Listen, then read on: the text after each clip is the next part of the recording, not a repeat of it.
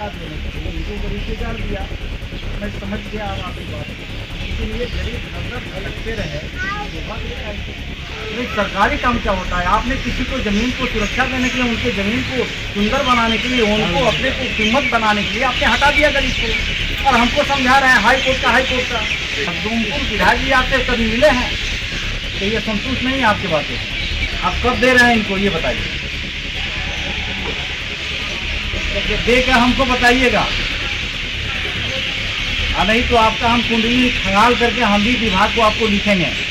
जानते ही हैं तो आपका हम कुंडली खंगाल करके हम भी विभाग को आपको लिखेंगे। नमस्कार, आप लाइव सिटीज देख रहे हैं, मैं हूं जय शुक्ला। बिहार सरकार के मंत्री ने अब सीओ साहब की ऐसी क्लास लगाई है, सरेआम ऐसी क्लास ली है कि पूछिए मत। बिहार के जहानाबाद में नीतीश सरकार के मंत्री जनक राम पहुंचे थे और यहां पर उन्होंने सीओ साहब को फोन लगा दिया, और फोन लगाकर किस प्रकार हड़काया है, किस प्रकार उन्हें सुनाया है और किस प्रकार चेतावनी दे डाली है और कह डाला है कि आपकी कुंडली खंगाल देंगे। ये सब कुछ सुनिए और समझिए कि मामला क्या है। उसके बाद हम आपको तफसील से बताते हैं कि आखिर मंत्री जी इतना उखड़ क्यों गए थे। देखिए, वो जमीन भी तो सरकारी जमीन है, उसकी पर्चा क्यों नहीं दे रहा है ये लोग? जहाँ आपने ये तोड़ा है रास्ता छोड़ के बाकी जमीन दे लोग को हटाया जा रहा है। समझ रहे हैं तो सही नहीं है। तो आज कहाँ कोई कंप्लेनर था हाई कोर्ट में? नहीं, कौन कंप्लेनर है हाई कोर्ट में? कौन गया है?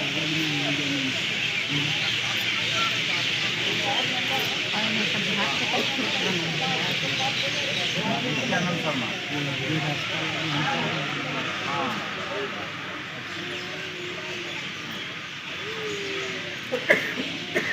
ऐसा है ना सीओ साहब, तो हम समझ गए। अनुमानों के साथ सफेद बोझ के साथ कोई खड़ा होना चाहता है। आपकी अपनी नौकरी है, जैसे इन लोगों के लिए कोई आवश्यक निर्देश होना चाहिए।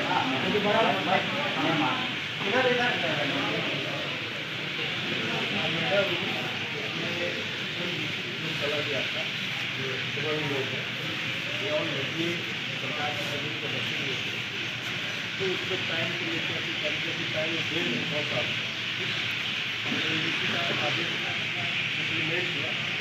चार बार नीचे लगा इंदिराबाद जो बना हुआ जिसके बाद कल मलबा का वही कोर्ट ने आदेश दिया कि मलबा भी हटा दिया, लेकिन उनको पर्चा नहीं। 1 साल से तोड़ने का प्रक्रिया चल रहा है। ये मैडम के भी संज्ञान में है, वहाँ सवाल भी हुआ हमने दोनों का खत्म, लेकिन यही था कि उनको आंदोलन पर्चा दे दे रहे हैं। तो भाई वो पर्चा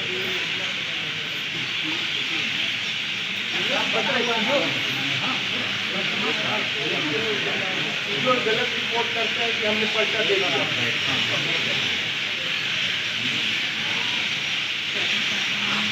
आपका ही विषय हुआ। अब आपको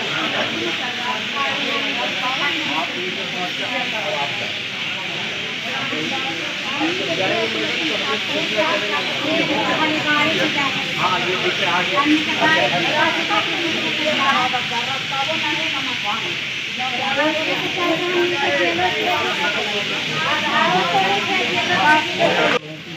उनकी जमीन को सुरक्षा देने के लिए इनको गरीब डाल दिया। मैं समझ गया अब आपकी बात, लेकिन ये गरीब नजर भटकते रहे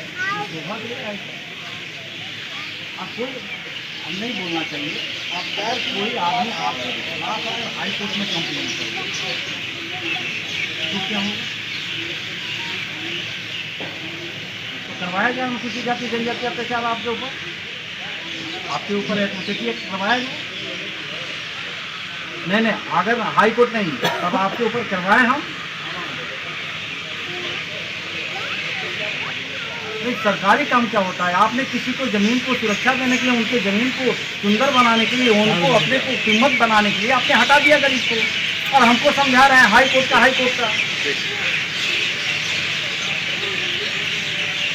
ऐसा नहीं होता है। ये कौन सा विधानसभा है? कौन विधानसभा? मखदूमपुर विधायक जी आपसे कभी मिले हैं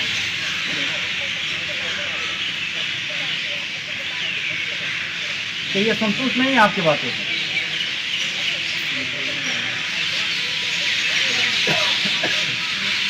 ये बैठ करके थोड़ा सा संतुष्ट इनको कीजिए।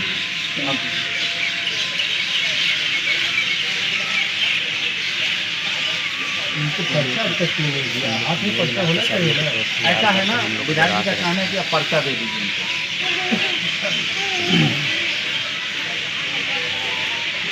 आप कब दे रहे हैं इनको ये बताइए,